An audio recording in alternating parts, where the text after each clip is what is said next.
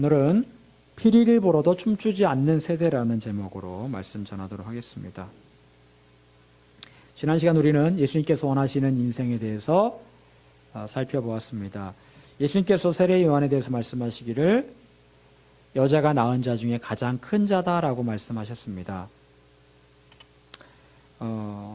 세례 요한을 칭찬을 하신 거죠. 그리고 세례 요한을 칭찬하셨다라는 말은 곧 우리도 세례 요한처럼 그렇게 살라라고 말씀하시는 거예요. 이 마지막 시대에 세례 요한처럼 선지자의 삶을 살라라고 주님께서 말씀을 하고 계시는 겁니다. 대부분의 사람들은 어떻게 살아갑니까? 예수님께서 말씀하셨듯이 대부분의 사람들은 광야에서 흔들리는 갈대 같은 삶을 살아갑니다. 갈대가 어떻습니까?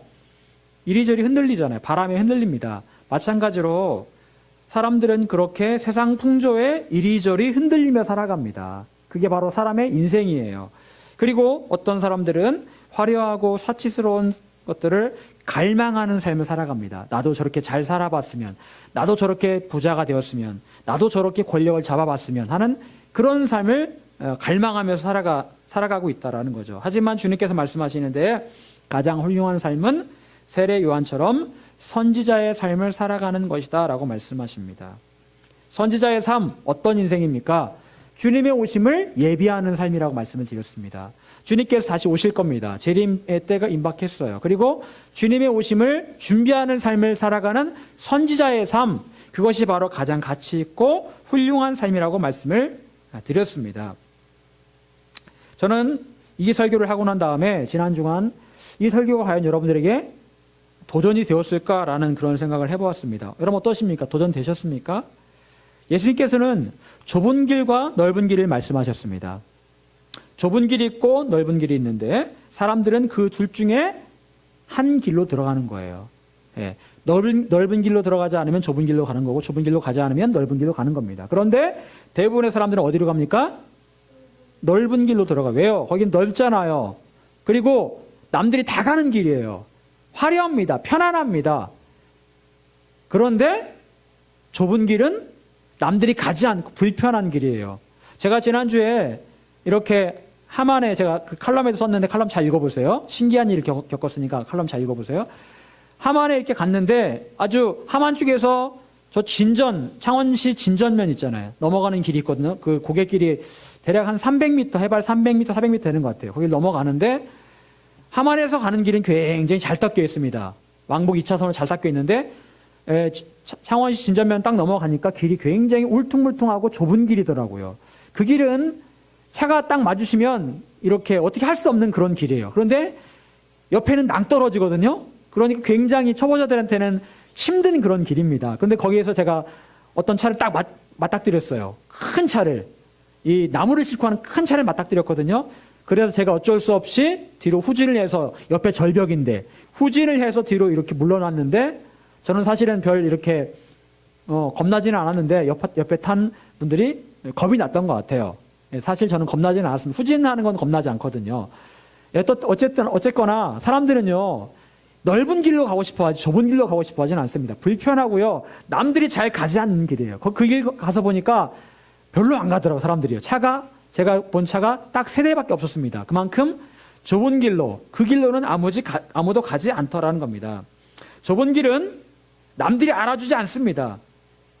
그렇다면 여러분, 예수님께서 말씀하셨던 선지자의 길은, 선지자의 삶은 어떤 길일까요? 넓은 길일까요? 좁은 길일까요? 좁은 길이겠죠. 분명히 좁은 길입니다. 고생스러운 길이고 누구도 알아주지 않는 좁은 길일 겁니다. 하지만 주님께서는 그 길로 가라고 말씀하십니다. 왜요? 그 길 끝에는 무엇이 있습니까? 영원한 생명이 있다. 영생이 그 길 끝에 있다. 넓은 길 끝에는 무엇이 있다고요? 멸망이 있다라고 말씀하세요. 그래서 우리는 좁은 길로 가야 되는 겁니다. 가치 있는 그 좁은 길, 남들이 가지 않는 그 길로 가야 되는 거예요. 사랑하는 여러분, 예수님 말씀처럼 그 좁은 길, 선지자의 길로 가는 것을 주저하지 마십시오. 힘들겠지만 어렵겠지만 그것이 바로 저와 여러분을 이 땅에 보내신 하나님의 뜻이라는 것을 꼭 기억하시기를 바랍니다. 여러분, 우리는 수요예배 때마다 출애굽기 말씀을 살펴보고 있습니다. 지난주에 그리고 지지난주에 우리가 모세가 십계명을 받을 때 산 아래에서 어떤 일이 벌어졌는지에 대해서 살펴보았습니다. 어떤 일이 벌어졌습니까? 모세가 40일간 시내산 위에 있을 때 산 아래 이스라엘 백성들은 무엇을 했습니까? 금덩어리를 모아다가 금송아지를 만들었고 그 금송아지에다가 절을 하고 춤을 추는 제사를 드리는 그런 일을 하고 있었습니다. 하나님께서 일으키시는 엄청난 기적을 경험했던 사람들이었어요. 10가지의 하나님께서 일으키시는 그 기적 보았고 홍해를 건너는 기적을 경험했던 사람들이었습니다. 그런데 그들이 40일간 하나님을 보지 못하자 그들은 대번에 우상을 섬기고 있었다라는 거예요. 여러분, 사실은 이게 우리들의 모습입니다. 우리가 하나님께 큰 은혜를 받았지만 어느샌가 하나님을 떠나고 하나님 외에 다른 것들을 섬기는 게 바로 우리들의 모습이에요. 안 그렇습니까? 조금이라도 하나님을 벗어나면 하나님 외에 다른 것을 섬기고 있더라는 겁니다. 이스라엘 백성을 욕할 처지가 못 되더라는 거예요. 여러분, 모세와 이스라엘 백성들은 똑같이 애굽에서 나왔습니다. 모세는 끝까지 하나님을 섬겼고 이스라엘 백성들은 광야에서 수도 없이 하나님을 배반하며 살았습니다. 똑같이 10가지 재앙을 경험하고 홍해를 건너는 그런 기적을 경험했지만 모세와 이스라엘 백성들의 삶의 태도가 완전히 달랐다는 거예요. 무엇이 문제일까요? 오늘 본문 29절 30절 우리는 주의 깊게 읽어볼 필요가 있습니다. 모든 백성과 세리들은 이미 요한의 세례를 받은지라. 이 말씀을 듣고 하나님을 의롭다 하되 바리새인과 율법 교사들은 그의 세례를 받지 아니하므로 그들 자신을 위한 하나님의 뜻을 저버리니라. 여러분, 이 말씀을 잘 읽어보십시오. 이 말씀을 보게 되면 세례를 받은 사람이 있고 세례를 받지 않은 사람이 있음을 알 수가 있습니다. 그런데 그게 성경에 보니까 어떤 부류로 이렇게 나눠주겠다는 거예요. 특정 부류는 세례를 받았고 특정 부류는 세례를 받지 않았다. 어떤 부류가 세례를 받은 거예요? 모든 백성과 세리들, 죄인들이죠. 그리고 세례를 받지 않은 부류들은 누구예요?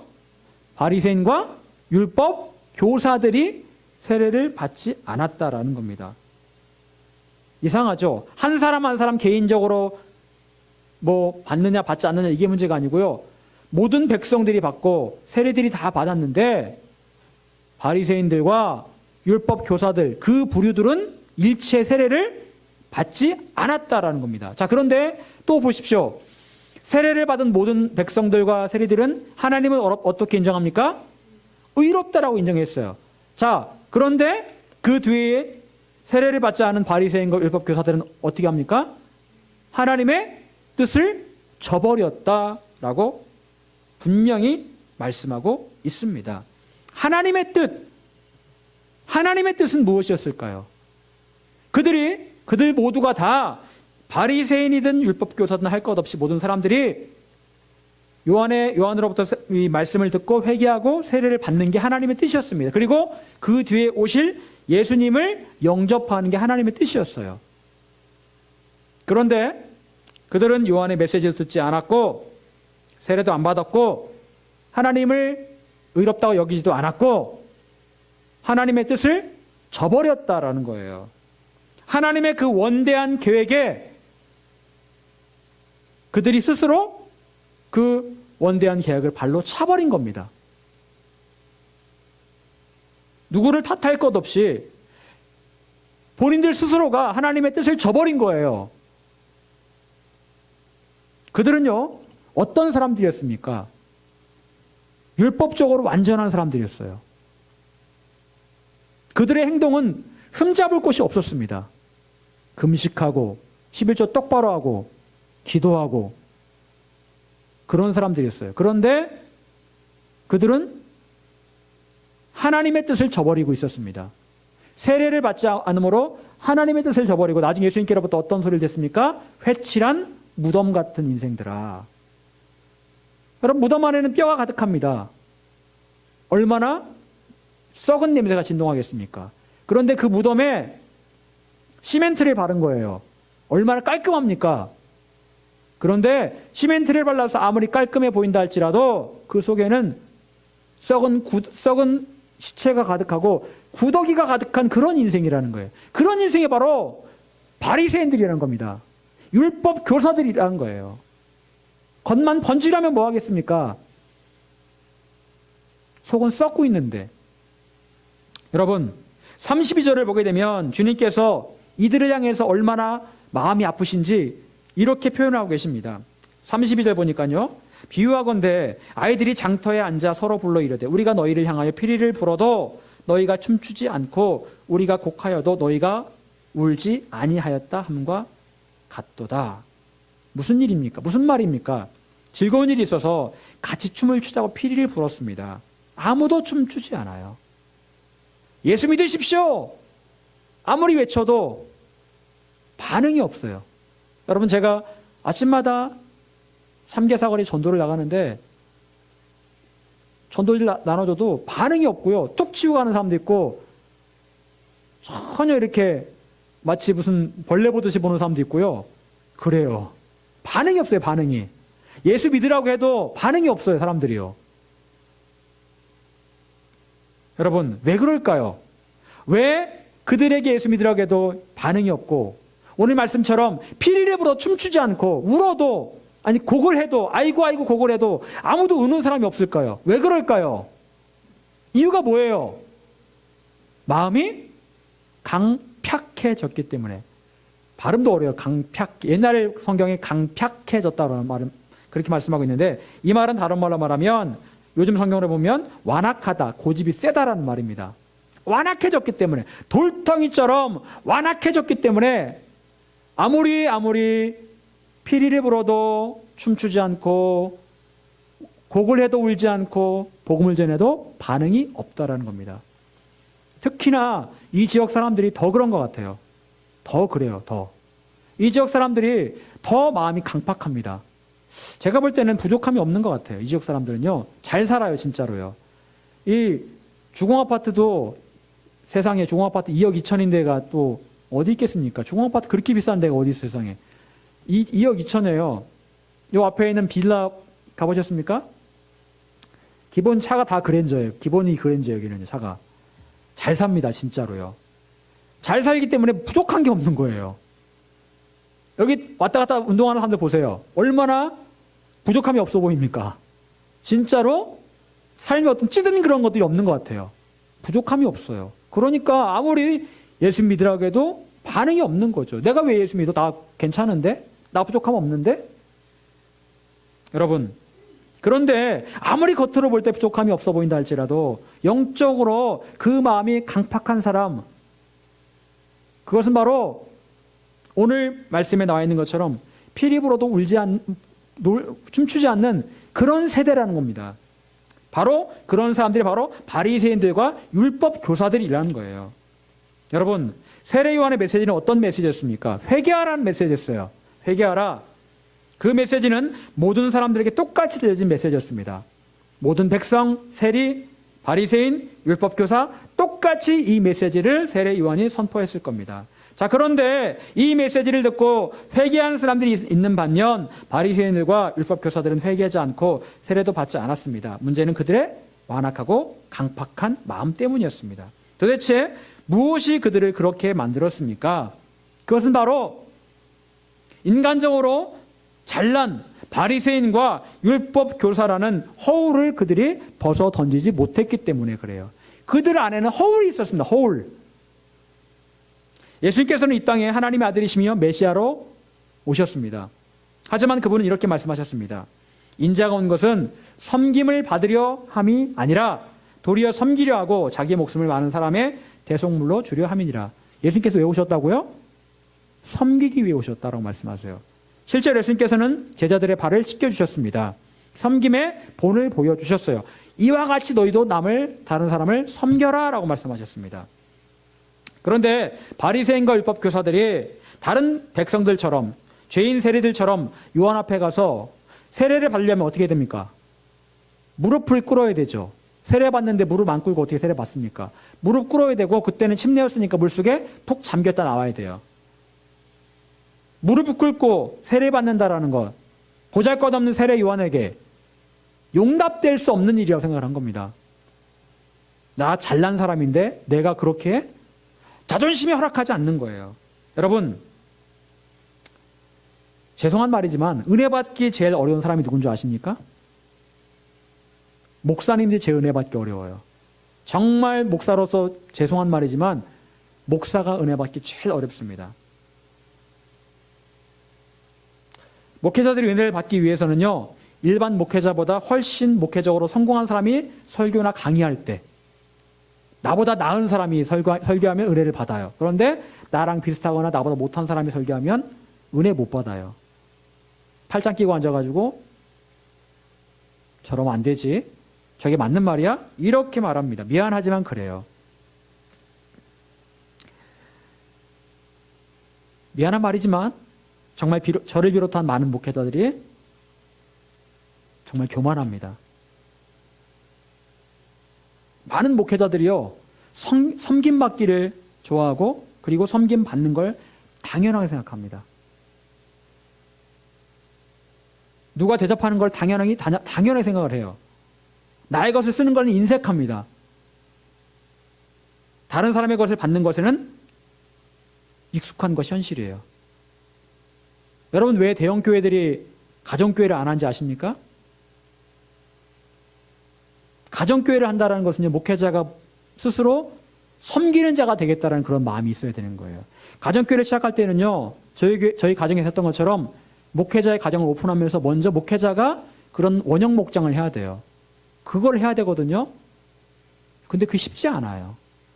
목회자가 성도들을 대접하고 섬긴다라는 게 쉽지 않습니다.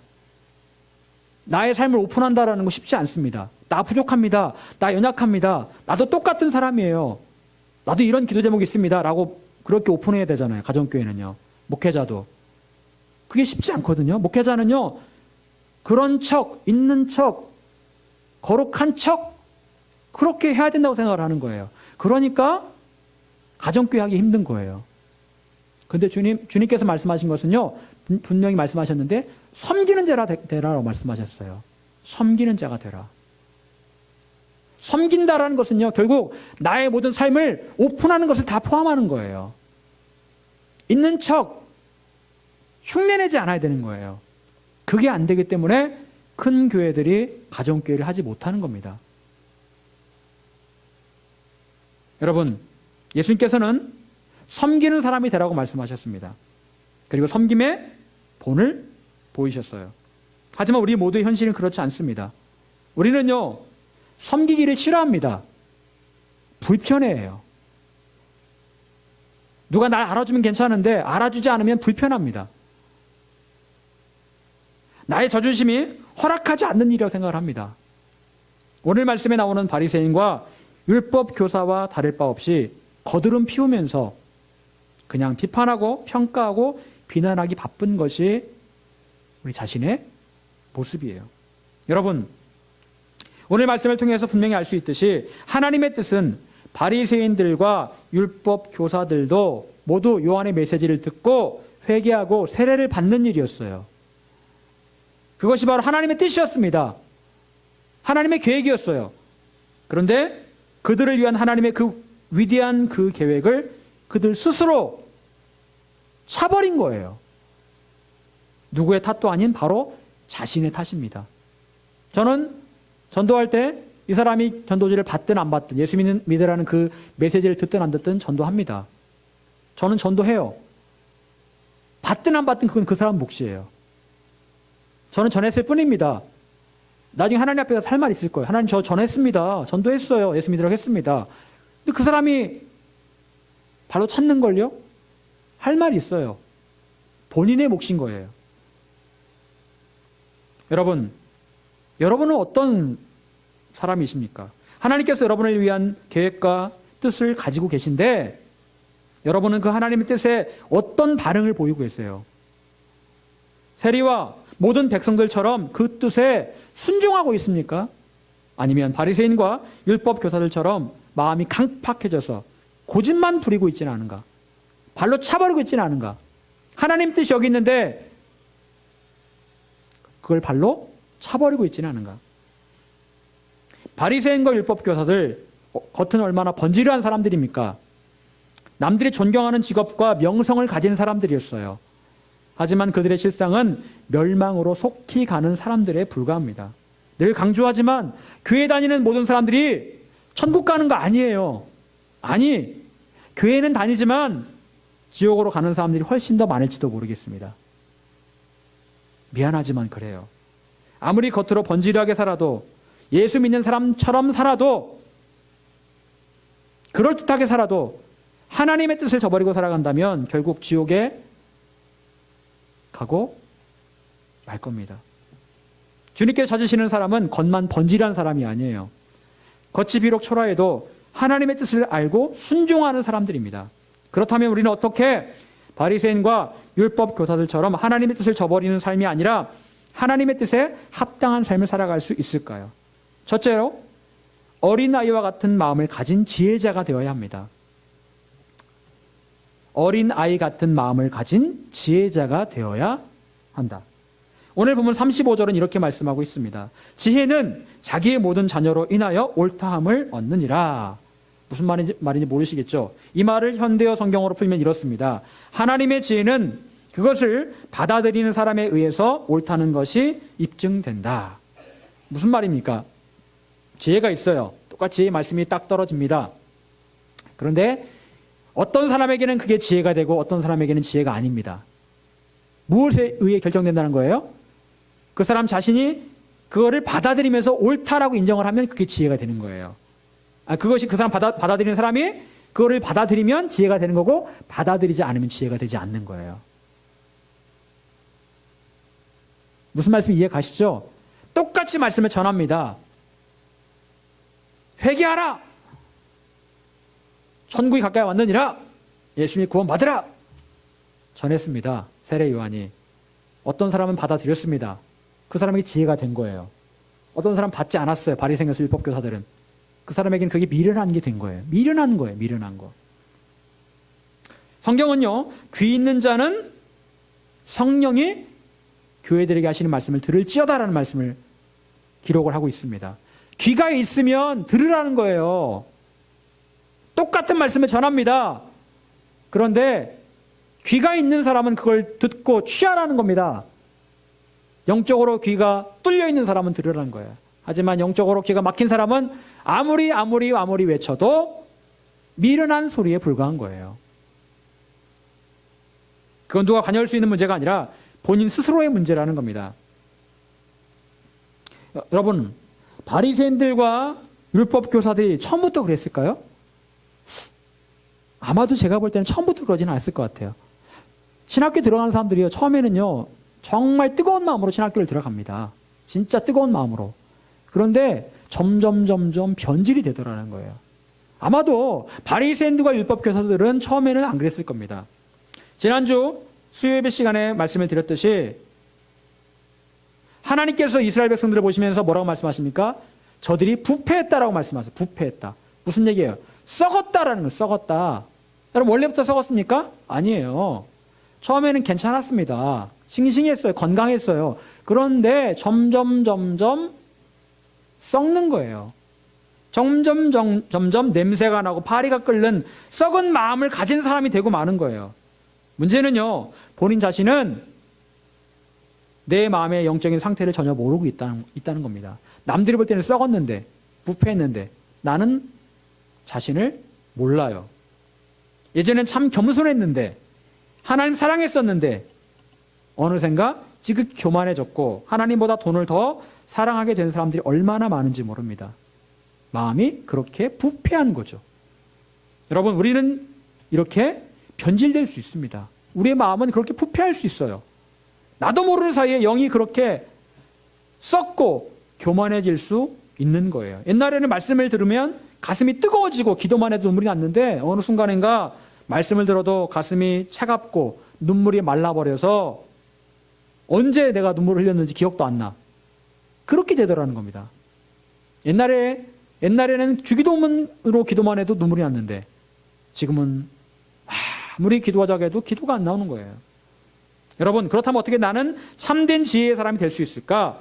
우리 예수님께서는 누가복음 18장 16절에 이렇게 말씀하셨습니다. 어린아이들을 불러 가까이 하시고 이르시되 어린아이들이 내게 오는 것을 용납하고 금하지 말라. 하나님의 나라가 이런 자의 것이니라. 하나님 나라가 누구의 것이라고요? 어린아이와 같은 사람의 것이다. 여러분, 우리는 어린아이가 될 수는 없습니다. 그런데 어린아이 같은 사람이 될 수는 있어요. 어린아이 같은 사람, 어떤 사람일까요? 지지난주에 조카들이 왔었습니다. 7살, 9살짜리 조카들이 왔었는데 참 보면서 제가 그 애들 보면서 거짓말은 못하겠다 생각을 했습니다. 왜냐하면 너무 제가 얘기하는 건 다 믿는 거예요. 다 믿어가지고 제가 거짓말은 하면 안 되겠다. 애들이 너무 잘 믿으니까. 그걸 보면서 참 아이들이 참 순수하다. 그리고 단순하다라는 것들을 제가 알 수가 있었습니다. 여러분, 아이들은 그렇습니다. 단순해요. 순수해요. 있는 그대로 믿습니다. 그렇다라고 하면 그냥 그건 줄 알고 믿어요. 어른들은 어떻습니까? 복잡하죠. 복잡해요. 여러분, 왜 바리새인들과 율법 교사들이 세례를 안 받았을까요? 이유가 뭘까요? 이유가 뭘 것 같아요?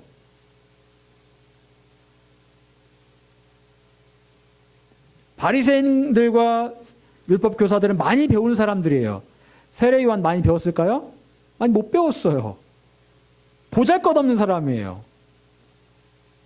보잘것없고 못 배웠고 더군다나 그 주위에 가보니까 세리 같은 그런 죄인들이 있다란 말이에요. 여기 갈 데가 아니구나. 우리 갈 데 아니구나. 안 가는 거예요. 상정 못할 사람들이 여기 있구나. 안 가는 거예요. 복잡합니다. 머리가 복잡해요. 어린아이들은 단순하지만 바리새인과 율법 교사들 같은 사람들은 복잡하게 생각하는 어른들만 가득합니다. 사랑하는 여러분, 예수님께서는 하나님 나라에 들어가는 사람은 어린아이 같은 사람이라고 분명히 말씀하고 있어요.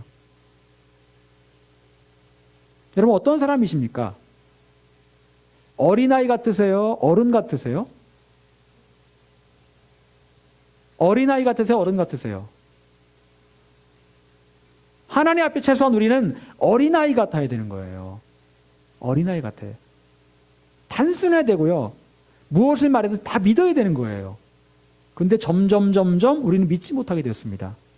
고등학교 때 제가 처음 예수 믿을 때는 뜨거워서 뭐든지 다 믿었어요. 그런데 대학 들어가서 성경 공부도 하고 뭐 알고 하니까 안 믿어지는 거예요. 때가 탔더라고요. 여러분, 그렇게 되면 안 됩니다. 어린아이 같이 있는 그대로 그거를 받아들이는 사람이 바로 오늘 말씀처럼 어떤 사람이라고요? 지혜자다라고 말씀하셨어요. 지혜자. 모든 백성과 세리들은 세례 요한의 메시지를 그냥 받아들였습니다. 그리고 세례를 받았어요. 그랬더니 하나님께서 그들을 향한 그 뜻을 그들이 이룰 수가 있었던 거예요. 그런데 바리새인과 율법교사들은 복잡했어요. 저 사람 누구냐? 세례 요한 누구냐? 학력이 없네? 별 볼 일 없는 사람이네? 아이고, 저런 사람 옆에 가서 뭘 내가 듣겠어? 메시지 듣지 말고 세례도 받지 마. 결국 그들에게는 하나님의 지혜가 임할 수가 없었던 겁니다. 여러분, 어린아이와 같은 그런 마음, 순수한 마음이 되게 해달라고 기도하시길 바랍니다. 두 번째, 우리는 어떻게 하나님께서 보시기에 합당한 삶을 살아갈 수 있을까? 거친 말씀 듣기를 즐거워해야 된다. 거친 말씀 듣기를 즐거워해야 한다. 여러분, 만약 세례 요한이 바리새인과 율법 교사들에게 이렇게 말했다면, 여러분 정말 잘하고 있습니다. 여러분 축복 받으실 겁니다. 이렇게만 하십시오. 이렇게 말했다면 어떨까요? 아마 세례 요한 이 율법 교사들과 바리새인들이 굉장히 으쓱해가지고 세례 요한을 좋아했을 겁니다. 좋아했을 거예요. 그리고 막 좋은 옷도 갖다 해주고 막 좋은 음식도 갖다 주면서 역시 괜찮은 사람이라고 그렇게 말했을 거예요. 여러분, 구약에 보게 되면 아합 시절에 아합 왕에게 고용된 400명의 선지자가 있었습니다. 아합 왕이요 400명의 선지자를 고용을 했어요. 월급을 주면서. 그리고 또 한 사람이 있었는데 미가야 선지자가 있었습니다. 이 사람은 아합 왕과는 상관없는 사람이었어요. 아합에게 월급을 받던 400명의 선지자들은 언제나 아합에게 좋은 말만 했습니다. 듣기 좋은 말만 했어요. 왜냐하면 월급 주는 사람이니까, 나한테 월급 주는 사람이니까 좋은 말만 했어요. 아, 왕이시여 정말 잘하셨습니다. 잘 될 겁니다. 왕이여 축복합니다. 당신은 사랑받기 위해 태어난 왕. 뭐 이렇게 막 맨날 이랬겠죠. 자, 그런데 미가는 어땠습니까? 월급을 안 받았고, 이 사람에게 월급 안 받았거든요. 그러니까 막 독설을 막 품는 거예요. 독설이라 할 거 없이 사실은 거친 말을 한 거죠. 당신 그렇게 살면 안 된다. 하나님께 당신을 가만 안 둘 거다. 이렇게 말한 거예요. 미가야는. 그러니까 막 아합이 막 이 미가야를 막 그냥 가만 안 두고 싶어가지고 막 어쩔 줄을 모르죠. 그런데 나중에 보니까 누구의 예언이 맞았습니까? 미가의 예언이 맞았어요. 400명의 그 어용 선지자의 말이 다 틀렸습니다. 세례 요한이 전했던 메시지는 분명히 회개하라 메시지였습니다. 또한 마태복음 3장 7절에 보니까 이렇게 말씀하고 있어요. 요한이 많은 바리새인들과 사두개인들이 세례 베푸는 데로 오는 것을 보고 이르되 독사의 자식들아 누가 너희를 가르쳐 임박한 진노를 피하라 하더냐. 뭐라고 얘기한 거예요? 독사의 자식들한테는 특별히 요한이 말하기를 독사의 자식들아 라고 얘기를 한 겁니다. 쌍욕을 한 거예요. 막 진짜 쌍욕을. 그러니까 이 소리 듣고 누가 듣기 좋겠습니까? 독사의 자식들이라는데. 뱀새끼들이라는데 누가 듣기 좋겠어요? 욕을 막 하는데. 굉장히 기분이 상한 거죠. 이 바리새인들이. 자, 그런데 사실은 요한이 그 다음 얘기를 하고 싶었던 거예요. 누가 너희를 가르쳐 임박한 진노를 피하라 하더냐. 무슨 말입니까? 하나님께 너에게 진노를 내리실 거다. 그런데 이 말에는 그런 뜻이 포함되어 있는 겁니다. 혹시라도 이 말 듣고 회개하면 진노가 내리지 않을 수도 있다. 이거를 들어라. 그런데 이 바리새인들은요, 독사의 자식들아 이 말이 굉장히 듣기 싫었던 거예요. 그래서 막 화가 나고 분노해가지고 막 저놈 죽여야 돼, 막 가만두면 안 돼, 막 그랬던 거죠. 세례는커녕 죽이겠다고 하는 거죠. 여러분, 세례 요한은 단지 말을 좀 거칠게 할 뿐이었습니다. 거칠게 하고 있었지만 그 거친 메시지에는 참된 하나님의 음성이 있었어요. 사두개인들과 바리새인들은 단지 아주 그냥 그 거친 말이 싫었던 거예요. 여러분, 왜 지금의 한국교회가 이토록 나약해졌을까요? 이유가 뭘 것 같아요? 여러 가지 원인이 있겠지만 그중 하나는 한국교회 강단에서 듣기 좋은 메시지만 선포되고 있기 때문에 그렇습니다. 거친 메시지가 사라졌어요. 많은 목회자들이 전하는 메시지는 위로, 격려, 축복 같은 메시지입니다. 저도 그런 메시지 하고 싶어요. 그런데 때로 하나님께서 저에게 그런 메시지보다 이런 메시지를 더, 거친 메시지를 더 이렇게 선포하기를 원하실 때가 있습니다. 그럴 때는 그 말씀을 선포를 해요. 물론 어느 한쪽으로 기울어서는 안 됩니다. 골고루 균형을 갖춰야 되는 거예요. 하나님의 음성은 이렇게 한쪽으로만 치우친 건 아니에요. 골고루 균형을 갖춰야 됩니다. 하지만 축복하라, 축복받으라 이런 메시지만 한다면 이건 문제가 있는 거죠. 여러분, 거친 말씀은요, 듣고 받아들이는 사람의 마음을 깊이 갈아놓습니다. 갈아엎어요. 그리고 새로운 변화를 일으킵니다. 거친 메시지가 그러해요. 그런 역할을 해요. 여러분, 미국에서 가장 큰 교회가 어떤 교회인지 아세요? 미국에서 가장 큰 교회. 레이크우드 교회, 레이크우드 교회. 그 교회 목사가 누군지 아십니까? 조엘 오스틴. 몇만 명인지는 모르겠는데 굉장히 큰 교회. 미국에서 가장 큰 교회, 조엘 오스틴의 레이크우드 교회. 그 사람이 쓴 책이 있죠. 긍정의 힘, 잘 되는 나, 긍정의 실천, 이런 내용들입니다. 제가 그 사람의 설교를 들어봤습니다. 듣고 있으니까 힘이 막 나더라고요. 잘 된다고 그러고 잘 될 거다. 당신 잘하고 있다 그러니까 힘이 막 나더라고요. 솔직히 말하면 계속 듣고 싶었어요. 진짜로. 그래, 잘 되겠지. 그래, 잘 될 거야. 하나님 내 편이시니까 잘 되지? 여러분, 한때 유행했던 책 제목이 있는데, 칭찬은 고래도 춤추게 한다. 칭찬 막 하라는 거예요. 칭찬 막 하라. 옛날에 또한 유행했던 그 기도가 있었습니다. 야베스의 기도. 하나님 지경을 넓히시고, 환란이 없게 하시고, 이런 내용이었죠. 거기에 고난이란 말은 사실은 고난을 주십시오 이런 말은 없습니다. 긍정, 성공, 칭찬 분명히 좋습니다. 듣고 있으면 힘이 막 나더라고요. 하지만 여러분, 그것들은요, 우리 몸에 설탕 같은 것들이에요.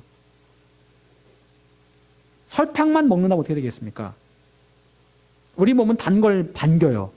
입에서 막 단 걸 막 반깁니다. 다니까요. 쓴 걸 싫어해요.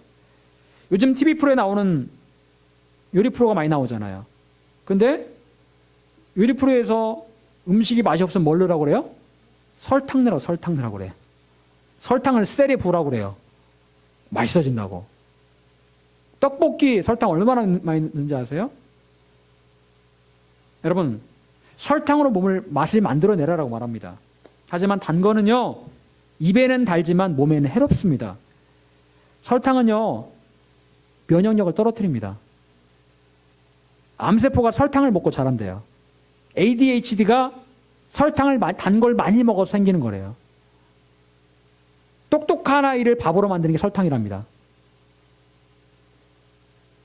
긍정 같은 메시지를 많이 들으면 정말 다 잘 될 것 같아요. 그런데 실제로 잘 되지 않고 무엇인가 잘 안 될 수도 있습니다. 잘 안 되면 어떨까요? 화가 날 겁니다. 하나님 나한테 왜 이러시지? 하나님 나와 함께 하시지 않는 거야? 그렇게 생각할 수 있어요. 여러분, 예수님께서 뭘 지라고 하셨습니까? 우리에게? 십자가를 지라고 하셨어요. 십자가를 지라고 하셨다고요. 십자가를 진다라는 것 자체만으로 힘든 일입니다. 고단한 일이에요. 하지만 그렇게 하라고 말씀하세요. 달지 않은 거예요. 고난이 있습니다. 어려움이 있어요. 여러분, 하나님은 우리에게 고난도 주시고 시련도 주시고 아픔도 주십니다. 정말 일이 안 풀리기도 하십니다. 때로는 회개하라고 질타하기도 하시고 매를 들기도 하십니다. 그게 하나님이세요. 그리고 그렇게 하신 이유는 하나님께 정말 나를 사랑하시기 때문에 그래요. 사랑하시지 않는다면 단 것만 주실 거예요. 설탕만 들이부을 겁니다. 죽든 말든. 사랑하시기 때문에 쓴 것도 주시고 매운 것도 주시고 그러시는 거예요. 때로 단 것도 주시지만 하나님께서는 종종 나에게 거친 메시지를 말씀하십니다. 하나님께서는 세례요한을 통해서 바리새인과 율법 교사들에게 회개하라고 말씀하셨습니다. 물론 그들이 듣기에 독사의 자식들아 같은 소리는 정말 듣기 싫었을 겁니다. 하지만 하나님 뜻은 그런 쓰고 거친 소리를 듣고 자신을 돌아보며 회개하는 거였습니다. 사랑하는 여러분, 저는 하나님께서 저를 통해서 여러분에게 하시는 말씀들이 무엇이든 전할 겁니다. 그게 쓰든 달든 짜든 맵든 다 전할 거예요. 저에게 중요한 것은요, 하나님께서 전하라고 말씀하신 하나님의 뜻이 중요하기 때문에 그렇습니다. 여러분, 하나님께서는 거친 말씀을 통해서 저와 여러분의 묵은 심령을 갈아엎고 새롭게 하기를 원하십니다.